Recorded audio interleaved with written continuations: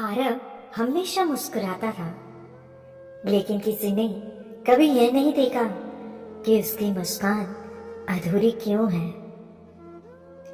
दोस्तों, आरव एक सामान्य सा लड़का था, पर उसकी जिंदगी दूसरों को दिखाने वाली मुस्कान से बहुत अलग थी।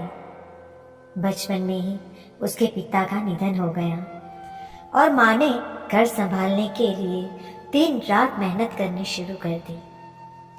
इस कठिन परिस्थिति ने आरव को जल्द ही यह सिखा दिया कि दुख को दिखाना कमजोरी है।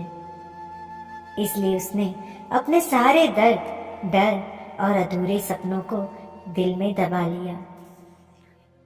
इसी वजह से उसके होठों पर हमेशा हंसी रहती, लेकिन आंखों में एक अधूरी खाली सी चमक थी। लोग उसे खुश समझते, दोस्त उसके साथ हंसते, पर कोई यह नहीं जानता था कि आरव की मुस्कान दूसरों को खुश करने के लिए है, खुद के लिए नहीं। समय बीतता चला गया। नौकरी, दोस्त और रोजमर्रा की भागदौड़ में आरव खोता गया।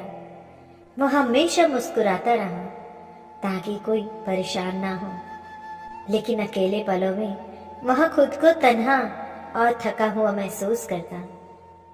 उसकी मुस्कान अधूरी इसलिए रही क्योंकि वह अपनी सच्चाई से डरता था और लगता था कि खुद के दर्द को स्वीकार करना कमजोरी है। एक दिन बस स्टॉप पर बैठा आरव अपने विचारों में खोया हुआ था। तभी पास बैठी एक बूढ़ी अम्मा ने उसका चेहरा गौर से देखा और धीरे से कहा, बेटा, मुस्कान तो है पर पूरी नहीं लगती। आरव को पहली बार लगा कि किसी ने उसके भीतर के दर्द को महसूस किया है।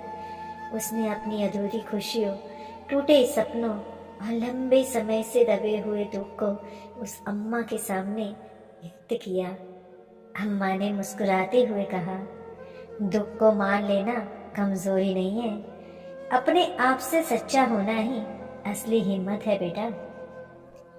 तब आरव ने महसूस किया कि मुस्कान का मतलब हर वक्त खुश दिखना नहीं, बल्कि अपने दर्द को स्वीकार करना है।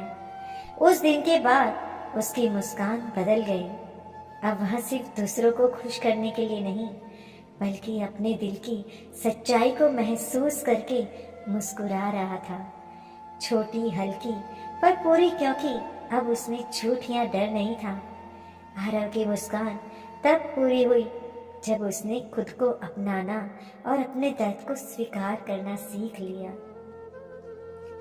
अधूरी मुस्कान कभी केवल हंसी की कमी नहीं होती, यह हमें अपने भीतर छुपे सच से मिलने और खुद को अपनाने की राह दिखाती है।